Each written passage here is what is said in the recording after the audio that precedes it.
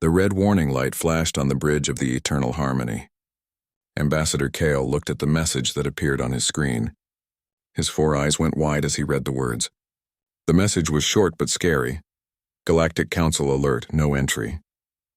Into Terran territory. Violation results in immediate termination. Kale had been working for the Galactic Council for over 200 years. He had seen many strange things in space, but he had never seen a warning like this one. The message came from deep space, from a place where no one was supposed to live. On the other side of the galaxy, Commander Jiwan stood on the bridge of her ship, the Soul's Pride. She looked out at the stars through the big window. Her ship was moving toward the neutral zone, the empty space between human territory and the rest of the galaxy. Jiwan was excited. She would be the first human to make official contact with the Galactic Council. Earth had been alone for many years. Now it was time to meet their neighbors in space. "Commander," said Minho, her communications officer. He was a young man with bright eyes.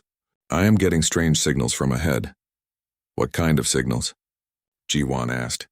Minho pressed some buttons on his control panel. Strange voices filled the bridge. The voices spoke in different alien languages, but the ship's computer translated them into Korean. "Warning to all ships. Do not go near the Terran system. Humans are dangerous. Stay away or die. Turn up all ships. The death zone is ahead. No one comes back from human space. Alert. Alert. Human vessels detected. Run now while you can." Jiwan frowned. She looked at her crew. They all looked worried. Why were aliens so scared of humans? Earth had been peaceful for over 100 years. They had no big wars. They just worked on science and technology. "Maybe they got bad information about us," said Doyen, her second officer. He was an older man with gray hair. "Aliens might think we are monsters." Far away on the Galactic Council's home planet, Chancellor Thylo sat in his big chair. The council meeting room was full of different alien species. Some looked like giant insects. Others looked like walking plants. Some had many arms. Others had no arms at all. "We have a problem," Thylo said. His voice was deep and scary. "The humans are moving again." Dr. Valana, a tall alien with blue skin, stood up. She was the council's best scientist. She studied different species across the galaxy. "I have been looking at our reports about humans," she said. "For 50 years we sent scout ships to their space. Most never came back. The few that returned told impossible stories." "What kind of stories?" asked General Corvin. He was a big alien covered in thick armor. Valana touched a button. A big screen appeared in the air. It showed pictures and videos from the scout ships that had returned. Human ships that can disappear and reappear instantly. Weapons that can destroy entire moons. Defense systems that make their planets invisible. "Our scouts say humans can travel faster than light in ways we do not understand." The room became very quiet. All the aliens stared at the screen. "This must be wrong," said Admiral Zenthos. He had fought in many space wars. "No species can develop so fast. Humans have only been in space for a few hundred years. That is what makes them dangerous," Valana said. "Most species take thousands of years to develop good space technology. Humans did it in less than 300 years. They learn and grow faster than any species we have ever seen." Back on the Soul's Pride, Jiwan walked around her ship. The crew was getting ready for first contact. They had practiced many times. Everyone knew what to do. She stopped at the science lab. Dr. Han was working on the translation computers. Han was a smart woman who could speak 15 different languages. "How are the translators working?" Jiwan asked. "Very good," Han said with a smile. "We have been listening to alien radio signals for years. Our computers can now understand most alien languages." Jiwan was surprised. "We have been listening to them for years? I thought this was first contact." Han looked around to make sure no one else could hear. Then she spoke quietly. "Commander, Earth has known about aliens for a long time. We just did not tell anyone. The government wanted to be ready before we made contact." This was big news for Jiwan. If Earth knew about aliens, why did they wait so long to make contact? What were they preparing for? Meanwhile, on the Council ship Eternal Harmony, Ambassador Kale was reading more reports about humans. Each report was more frightening than the last. Scout Ship 447 tried to scan human planet called Earth. Human defense systems detected the scan from 2 light-years away. Our ship barely escaped. Probe Mission 12 sent Robot to collect samples from human moon. Robot was captured. Humans sent it back with message. "Thank you for the gift. Here is one from us. The robot had been completely rebuilt with technology we cannot understand. Deep Space Monitor 8 watched human ships for 3 months. Human ships can fold space. They can travel between stars in minutes, not weeks. Kale put down the reports. His hands were shaking. The Galactic Council controlled over 10,000 worlds. They had the biggest fleet in the galaxy. They had weapons that could crack planets. But these reports made them sound weak compared to humans. A young officer ran onto the bridge. "Ambassador, we are getting a message from the human ship." Kale looked at the main screen. A human woman appeared. She had kind eyes and a friendly smile. She wore a blue uniform with strange symbols. "This is Commander G1 of the Earthship Soul's Pride," she said. "We come in peace. We would like to talk with the Galactic Council. We have much to share with our neighbors in the galaxy." Kale stared at the screen. The human looked so normal, so friendly. But the report said humans were incredibly dangerous. How could someone who looked so nice be a threat to the entire galaxy? "What should we tell her?" asked his communications officer. Kale thought for a long moment. The warning messages were clear. No one should go near human space. But here was a human ship, far from their home, asking for peaceful contact. "Tell her we will arrange a meeting," Kale said finally. "But also send an emergency message to the council. Tell them the humans are here." As the Soul's Pride continued toward the meeting point, G1 had no idea that her arrival would start the biggest crisis in galactic history. She thought she was just making friends with her neighbors. She did not know that every alien in the galaxy was terrified of humans. The galaxy was about to learn that sometimes the most dangerous species is the one that does not know how dangerous it is. Admiral Soman sat in her command chair deep inside Luna Base. The base was built inside Earth's moon. From here she watched over all the space around Earth. Big screens showed her everything that moved in the solar system. "Admiral," called Lieutenant Jinwoo from his station. "We have visitors." Soman looked at the main screen. 12 alien ships appeared at the edge of the solar system. The ships were big and covered with weapons. They looked ready for war. "Are they trying to talk to us?" Soman asked. "Yes, ma'am.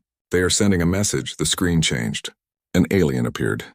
He looked like a giant lizard wearing metal armor. His eyes were yellow and angry. "Attention, primitive humans," the alien said.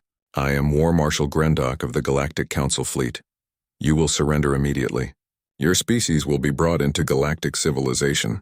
Resistance will result in destruction." Soman almost laughed.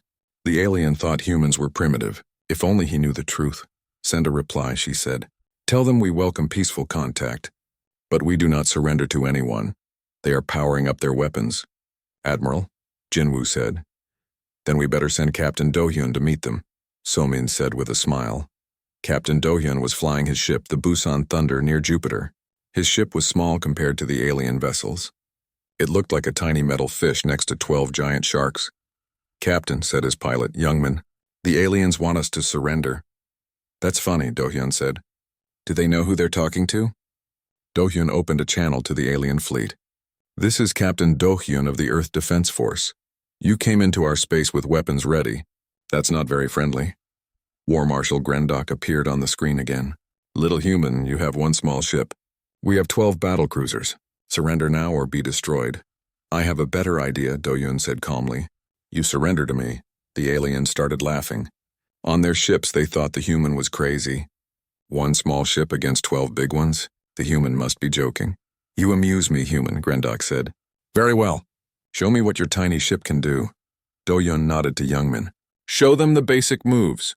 The Busan Thunder suddenly disappeared. On the alien ships all the screens went crazy. Their sensors could not find the human ship anywhere. "Where did it go?" Grendock shouted. The human ship appeared behind the alien fleet. Then it appeared above them. Then below. Then it was in 3 places at once. "How is this possible?" one of the alien officers asked. "Find that ship," Grendock ordered. But the Busan Thunder was everywhere and nowhere. It moved in ways that broke the laws of physics. The alien weapons could not target something that seemed to exist in multiple places at the same time. Then the human ship stopped moving. It appeared right in front of Grendock's flagship. "That was just us saying hello," Dohyun said over the radio. "Would you like to see what happens when we get serious?" On Earth, President Nari was meeting with her military leaders in a secret room under the capital city. General Kyung stood next to a big table covered with alien technology. Madam President, General Kyung said, "We have been preparing for this day for over 60 years." President Nari picked up a piece of alien metal. It was smooth and silver. "This came from an alien probe?" "Yes. The first one we captured in 2157. Since then, we have collected technology from 47 different alien species. Our scientists studied everything and made it better." Dr. Hana walked into the room. She was the head of Earth's alien technology research. She carried a thick folder full of papers. "What do we know about the ships outside our system?" President Nari asked. "They are using old technology," Dr. Hana said. "Their ships are powered by nuclear fusion. Their weapons use plasma beams. Their shields are electromagnetic barriers. We had all of this technology 50 years ago. And now?" Dr. Hana smiled. "Now we have quantum drives that can fold space. We have weapons that draw power directly from stars. Our shields can make us exist in multiple dimensions at once." President Nari sat down hard in her chair. "Why did we advance so fast?" "Because we had to," General Kyung said. "Every time we captured alien technology, we learned that there were thousands of species out there. Most of them were more advanced than us. We knew that one day they would come, so we prepared. Back in space, War Marshal Grendok was getting scared. His weapons could not hit the human ship. His sensors could not track it properly. And now the human was asking him to surrender. "This is impossible," he said to his officers. "Humans are supposed to be a young species. How can they have better technology than us?" "Sir," said his science officer, "I am reading energy signatures from the human ship that I do not understand. Their power levels are beyond anything in our databases." Suddenly, 12 human ships appeared around the alien fleet. They had been invisible until now. Each human ship was smaller than the alien vessels, but they moved like living things. "Attention, alien fleet," came a woman's voice. It was Admiral Soman, speaking from Luna Base. "You entered our space with hostile intent. Your weapons are now disabled. Your engines are shut down. You are prisoners of the Earth Defense Force." Grendok looked at his control panels. Everything was dark. His massive warships were floating helplessly in space. "How?" he whispered. Lieutenant Wanho was piloting one of the human ships. His vessel, the Degu Star, was next to Grendok's flagship. Through the window, he could see the aliens running around their bridge in panic. "This is Lieutenant Wanho," he said over the radio. "Marshal Grendok, your ships will be taken to our nearest space station. You and your crews will be treated well. We have many questions about your people and your technology." "Questions?" Grendok asked. "Oh yes," Wanho said happily. "Earth scientists love learning about new species. You will be our guests while we study your cultures, your languages, your sciences. Do not worry. We will also answer your questions about humans." On his bridge, Grendok sat down slowly. His mighty fleet had been defeated without a single shot being fired. The humans had not destroyed his ships or killed his crews. They had simply turned everything off, sir. His communications officer said quietly. "The humans are sending us information." "What kind of information?" "Medical data. They scanned our ships and noticed that 3 of our crew members are sick. They want to help treat them." Grendok stared at the screen. These humans had just defeated his entire fleet. Now they wanted to help his sick soldiers? As the human ships gently guided the alien vessels toward a space station near Mars, Grendok began to realize something terrifying. The humans had not been trying to hurt them. They had been curious about them. On Earth, Dr. Hana was already preparing to meet their new alien guests. She had lists of questions about their biology, their technology, their cultures. She was excited to learn from them. "Make sure they are comfortable," she told her team.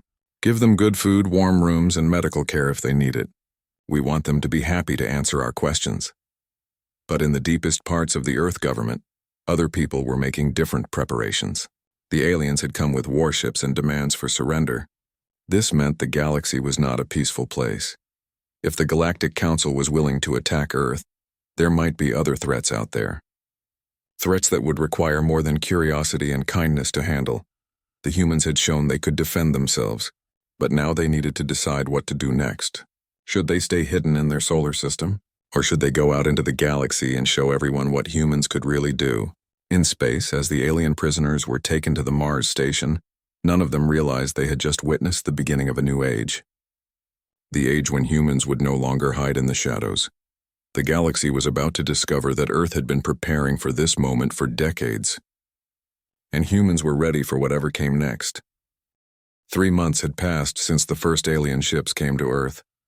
In the war chamber of the Galactic Council, the most important military leaders from across the galaxy sat around a huge table.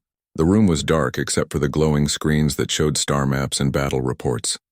Fleet Admiral Zorton stood at the front of the room. He was tall and thin with gray skin and 6 arms. Each arm held a different report about human military power. His voice shook as he spoke. "Council members," he said, "I have studied the reports from War Marshal Grendok's fleet. What I found is impossible." The other aliens leaned forward to listen. Admiral Cortus, who had fought in 100 space battles, spoke first. "Tell us what happened, Admiral." Zorton touched a button. The lights dimmed and a big screen appeared in the air. It showed video from Grendok's ships during the battle near Earth. "Watch this," Zorton said. The screen showed the human ship Busan Thunder as it fought the alien fleet, but it was not fighting the way anyone expected. The human ship seemed to be in many places at once. It moved through space like it was swimming through water instead of flying through vacuum. The human vessel appears to exist in multiple quantum states simultaneously, Zorton explained.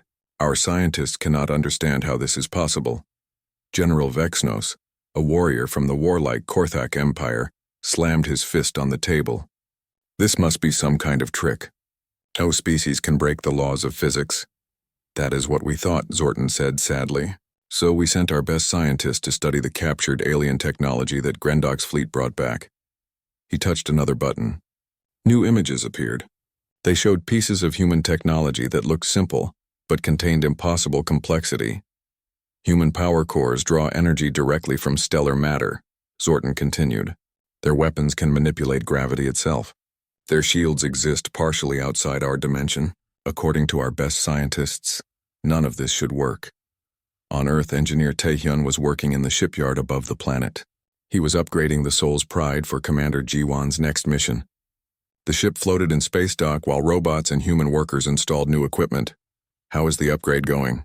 asked Yoonji, a news reporter who was doing a story about human space technology. Taehyun wiped sweat from his face and smiled. "Very good. We are installing the new quantum processors. They will let Commander Jiwon's ship travel anywhere in the galaxy in just a few hours." "A few hours?" Yoonji was surprised. "The aliens said it takes them weeks to travel between star systems." "That is because they still use old technology," Taehyun explained. "They push through space instead of folding it. It is like the difference between walking around a mountain and walking through a tunnel." Yoonji looked confused. "But how did we learn to build such advanced technology so fast?" Taehyun looked around to make sure they were alone. Then he spoke quietly. "We did not build it fast. We have been working on it for over 100 years. Ever since we detected the first alien signals, Earth's governments have been preparing. Preparing for what? For the day when we would meet our neighbors. We knew they might be friendly. But we also knew they might not be." Back in the war chamber, Admiral Zorton was showing more videos. These showed human ships performing impossible maneuvers during training exercises. "Human vessels can accelerate to near light speed instantly," he said. "They can change direction without slowing down. They can phase in and out of normal space at will." "There must be weaknesses," General Vexnos insisted. "Every technology has limits." "We thought so too," Zorton replied. "So we sent our most elite fighting unit to test human defenses." The room became very quiet. Everyone knew about the Crimson Spears. They were the Council's best warriors. They had never lost a battle. "Captain Vextar led 50 of our finest ships to the human planet called Mars," Zorton continued. "They planned a quick strike to test human response times and defensive capabilities." The screen changed to show the red planet Mars. Around it were human space stations and defensive platforms. The alien ships approached carefully, trying to stay hidden. "What happened?" asked Admiral Cortus, though he was afraid to hear the answer. "They were met by a single human patrol ship," Zorton said. The vessel was commanded by Lieutenant Wanho. The entire battle lasted less than 3 minutes. In space near Mars, Lieutenant Wanho had been flying his ship, the Daegu Star, on a routine patrol.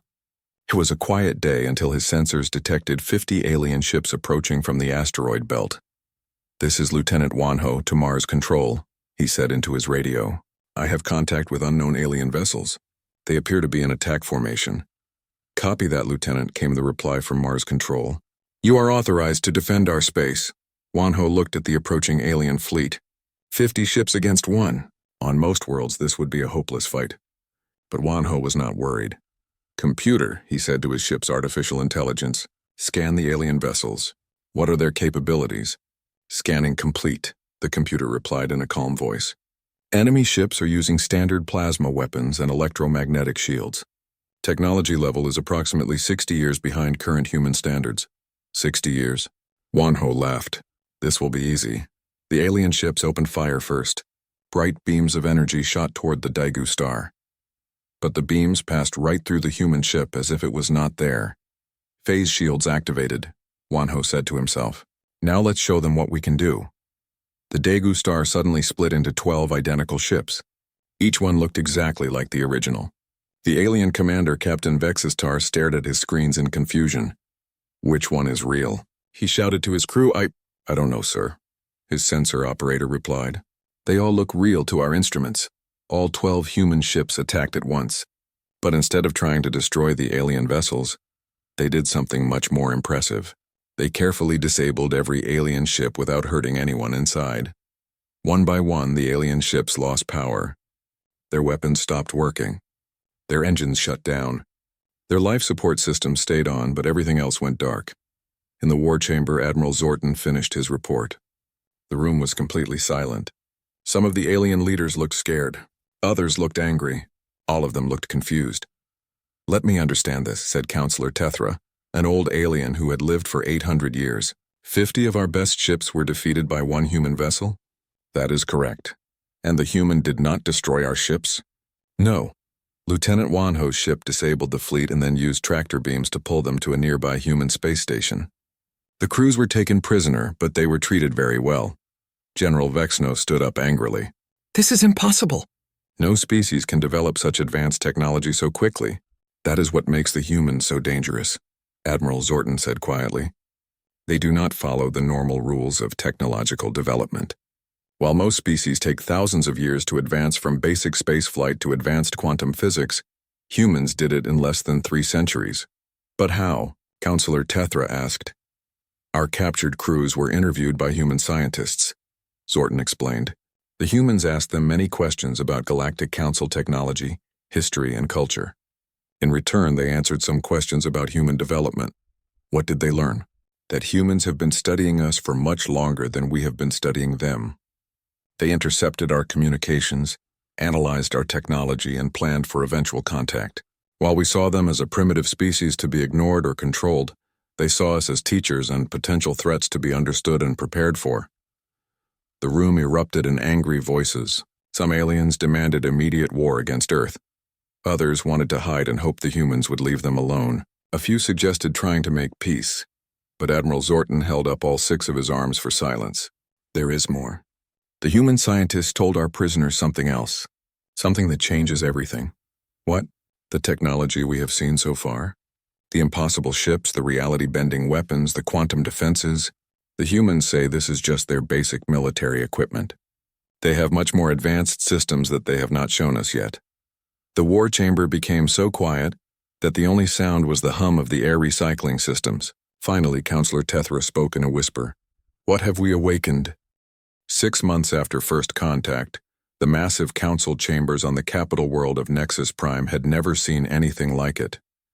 The huge room was designed to hold representatives from 10,000 worlds. Today, it felt small, as everyone stared at the human ship floating outside the main window. The ship was beautiful and impossible. It seemed to be made of liquid starlight that held its shape. Parts of it flickered in and out of existence. Sometimes it looked solid. Sometimes it looked like it was made of pure energy. The alien scientists, watching from the observation deck, could not understand how it stayed together. Ambassador Sunho walked into the council chambers wearing a simple blue uniform. He was a middle-aged man with kind eyes and a confident smile.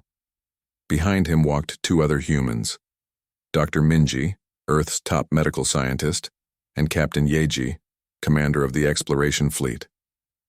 The 3 humans walked calmly to the center of the huge room. Around them, thousands of alien representatives watched in silence. Some aliens looked curious, others looked scared, A few looked angry. High Counselor Nethys stood up from his golden throne. He was 12 feet tall with purple skin and 4 eyes. When he spoke, his voice echoed through the chamber. "Humans," he said in a voice that sounded like thunder. "You come to us with weapons we cannot understand and technology that should not exist. The Galactic Council demands that you submit to our authority immediately." Ambassador Sunho smiled politely. "Your Excellence, we come in peace. Earth would like to establish friendly relations with all the peoples of the galaxy. You will submit to galactic law," Nethys continued. "You will stop developing your illegal technology. You will accept council oversight of your military forces." Sunho's smile did not change. "I'm afraid that won't be possible, Your Excellence. But we have brought gifts to show our desire for friendship." He gestured to Dr. Minji, who stepped forward carrying a small silver device. "This contains a complete database of human scientific knowledge from the past 200 years, Sunho said. "Medical advances, clean energy systems, food production technology, and much more. We offer to share this knowledge freely with all council members." High Counselor Nethys looked suspicious. "Why would you give us your secrets?" "Because knowledge grows when it is shared," Dr. Minji said. "The more people who understand science, the more we can all learn together."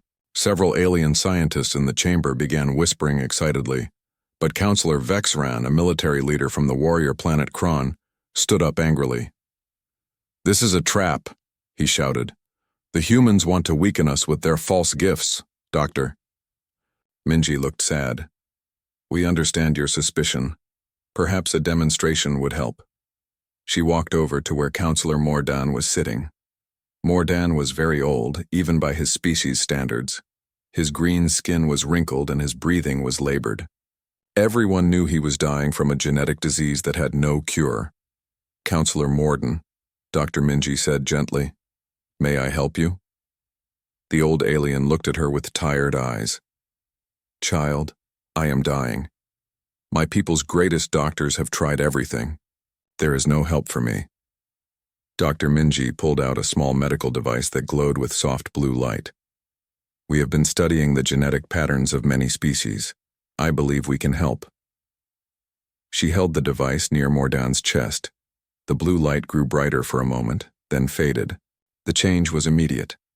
Mordan's wrinkled skin became smooth. His breathing became easy and strong. His tired eyes became bright and alert. In less than a minute, he looked 50 years younger. The entire council chamber erupted in shocked voices. Morden stood up from his chair, moving like a young person. He looked at his hands in amazement. "How?" he whispered. "Genetic repair using quantum cellular reconstruction," Dr. Minji explained simply.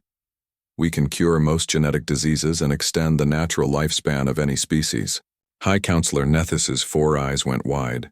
"You can extend life? How long do humans live?" "With our current medical technology, about 400 years on average," Dr. Minji said casually.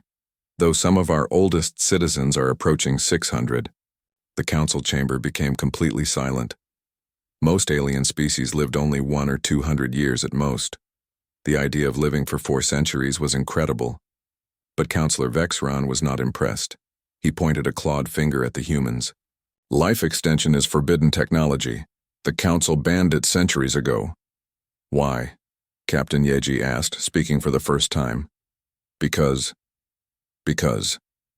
Vexran struggled to find words. "Because it is dangerous." "How is helping people live longer dangerous?" Yeji continued calmly. Vexran could not answer. The truth was that the council banned life extension because they were afraid it would make some species too powerful. But he could not say that in front of everyone. Ambassador Sunho stepped forward again. "Your Excellence, Earth has been exploring the galaxy for some time now. We have made many discoveries that we would like to share." He nodded to Captain Yeji, who activated a holographic display in the center of the chamber. The display showed a 3-dimensional map of the galaxy, but it was not like any map the Council had ever seen. This map showed star systems that no one had ever discovered. It showed new trade routes that cut travel time in half. It showed planets rich in resources that were completely unknown to Council science. "How did you map so much unknown space so quickly?" asked Dr. Thynel, the Council's chief scientist. "Our ships can travel much faster than yours," Captain Yeji explained. "We have explored regions of space that are weeks away from the nearest Council outpost. We found many wonderful things." She pointed to one part of the map. "Here we discovered a species of peaceful plant people who create the most beautiful music in the galaxy. They have been alone for thousands of years because no one could reach their distant star system." She pointed to another area. "Here we found ruins of an ancient civilization with technology even more advanced than ours. We are still studying their achievements." High Counselor Nethys was getting angry. "You had no right to explore those regions. All space belongs to the Council." "Actually," Ambassador Sunho said politely, "we checked your territorial maps. Those areas are marked as unexplored and unclaimed in your own records." "That is because they are too far away to reach," Nethys shouted. "Too far for your ships," Captain Yeji corrected gently. "Not too far for ours." The Council members were getting more upset. They had ruled the galaxy for thousands of years by controlling who could go where and what technology could be used. Now these humans were ignoring all their rules and doing whatever they wanted. Counselor Vexran stood up again. "The Council will unite all galactic civilizations against you. Every species in the galaxy will fight the human threat." Ambassador Sunho's smile became sad. "Counselor, we hoped it would not come to that." He gestured to Captain Yeji, who changed the holographic display. Now it showed real-time images from across the galaxy. The images showed human observation posts on thousands of different worlds. "These are our monitoring stations," Sunho explained. "We have been watching and learning about every major civilization in the galaxy for the past 70 years. The Council members stared in shock. The humans had been spying on everyone, and no one had noticed. "We know about the secret weapons hidden on Kron," Sunho continued, looking at Counselor Vexran. "We know about the illegal slave mines on Morthek. We know about the Council's plans to invade the peaceful Zellan system."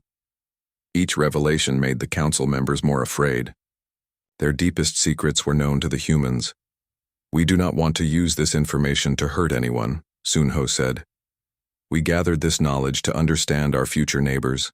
We want to be friends, not enemies." "But if you force us to fight," Captain Yeji added quietly, "we are ready." High Counselor Nethys sat down heavily on his throne. Around the chamber, thousands of alien representatives whispered nervously among themselves. Everything they thought they knew about power in the galaxy had just changed. Dr. Minji stepped forward one last time. "We came here hoping to begin a new age of cooperation. We can cure diseases, share technology, explore new worlds together. We can make the galaxy a better place for everyone.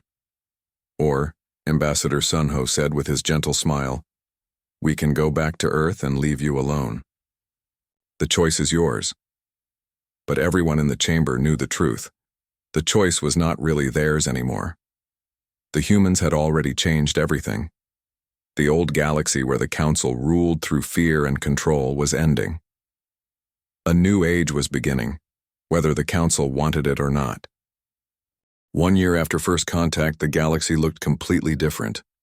On the planet New Geneva, President Nari stood at the podium in the newly built Galactic Assembly Hall. The building was made of crystal and metal that seemed to glow with its own light. Through the transparent walls, representatives from over 400 different species could see the stars of the galaxy spread out above them. This was not the old council chambers where a few powerful species made decisions for everyone else. This was something new. Every species, no matter how small or primitive, had an equal voice here. President Nari looked out at the crowd of alien representatives. Some looked like giant insects. Others were made of living rock. A few seemed to be pure energy held in glowing containers. All of them were listening carefully to her words. "Friends," she began. 1 year ago, the galaxy was ruled by fear. Powerful species controlled weaker ones. Technology was hoarded by the few. Entire civilizations were kept isolated and helpless. She paused and smiled. "Today we begin something different. Today we choose cooperation over control. We choose sharing over hoarding. We choose friendship over fear. Behind her, Dr. Jiho activated a massive holographic display. It showed the galaxy as it was now. Green lines connected thousands of worlds, showing new trade routes and communication networks. Blue dots marked planets where human medical technology was saving millions of lives. Gold stars showed worlds where human environmental systems were cleaning polluted atmospheres and restoring dead oceans. In just 1 year, President Nari continued, we have accomplished what the old council said was impossible. We have connected distant civilizations. We have shared life-saving technology. We have explored new regions of space together. In the audience, former High Counselor Nethys sat quietly in a simple chair. His purple skin looked pale and his 4 eyes were sad. Around him sat the other former council members who had chosen to join the new Galactic Assembly. Many others had refused and returned to their home worlds to sulk in isolation. Admiral Guangsu, now commander of the Terran Federation's peacekeeping force, stood near the president's podium. He was a tall man with gray hair and kind but strong eyes. His job was to protect the new galactic civilization from those who wanted to return to the old ways. Some of you may wonder, President Nari said, what happened to those who refused to join us? She nodded to Admiral Guangsu, who stepped forward. The former Galactic Council dissolved 6 months ago, he said in a clear voice. Most of their member species have asked to join our new assembly. A few powerful worlds chose to remain isolated in their own territories. Do they pose a threat? Asked Representative Kolvar from the peaceful Mantid Collective. Admiral Guangsu smiled. They are free to live as they choose as long as they do not threaten others. We respect their right to independence. What he did not say, but everyone understood, was that the human peacekeeping fleet made sure the old council remnants stayed in their own space. Any attempt to restart their empire of fear would be quickly stopped. Captain Insu was not at the assembly meeting. He was far away in deep space, commanding the exploration vessel Incheon Dream. His ship was investigating strange signals from the galactic core, signals that seemed to come from technology even more advanced than anything humans had built. Captain, said his science officer, Dr. Borum, you need to see this. Insu floated over to her station. Through the ship's main viewer, he could see ruins floating in space. But these were not ordinary ruins. They were structures the size of planets made from materials that should not exist. How old are they? Insu asked.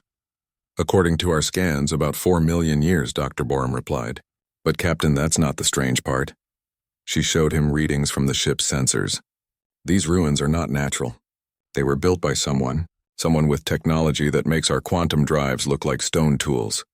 Insu studied the data carefully. Any signs of whoever built them? No, sir. But I found something else. These ruins exist all over the galaxy. Everywhere we look, we find traces of this ancient civilization. It's like they were everywhere at once, then suddenly disappeared. Keep scanning, Insu ordered, and send a message to Earth. Command needs to know about this. Back on New Geneva, the assembly meeting was ending for the day. Representatives from hundreds of worlds were talking excitedly about new projects and partnerships. But Ambassador Yuna, Earth's chief diplomat to the assembly, noticed that some aliens still looked worried. She walked over to where Counselor Mordan was sitting. The old alien, now healthy thanks to human medical technology, was reading reports on his data tablet. Something troubling you, Counselor? Yuna asked. Morden looked up at her with his bright green eyes. Ambassador, your people have given us so much. Medical technology that extends our lives. Clean energy that powers our cities.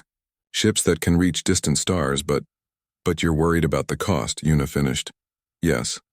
In my long life, I have learned that nothing good comes without a price. What do humans want in return for all these gifts? Yuna sat down next to him. We want to learn, Counselor. Every species we meet teaches us something new. The Zellan people showed us how to grow food in space. The Korthak engineers taught us new ways to build strong metal. The crystal beings from Nexus shared their knowledge of energy manipulation. That's all? Morden asked suspiciously. That's everything, Yuna said with a smile. Humans learn by sharing. The more we teach, the more we discover. The more friends we make, the more we understand about the universe. She looked out at the stars through the crystal walls. Besides, we're all going to need each other for what's coming. What do you mean? Before Yuna could answer, her communication device chimed. A message from Captain Insu's deep space mission appeared on the screen. As she read it, her face became serious. "Counselor," she said quietly, "how much do you know about the galaxy's ancient history?" 3 days later, an emergency session of the Galactic Assembly was called. President Nari stood before the gathered representatives with a grim expression. "Friends," she said, "we have discovered something that changes everything we thought we knew about our galaxy." The holographic display showed images from Captain Insu's exploration mission. Ancient ruins, impossible technology, and star maps that revealed the truth about galactic history. 4 million years ago, President Nari continued, there was another galactic civilization. They were incredibly advanced, far beyond even current human technology. They built structures that spanned entire star systems. They had ships that could travel between galaxies in days. What happened to them? Asked Representative Thylos from the hegemony worlds. They disappeared, President Nari said simply. All at once. No trace of them remains except their ruins and their technology. Dr. Jiho stepped forward. Our analysis suggests they faced some kind of galactic crisis. Something so dangerous that even their incredible technology could not save them.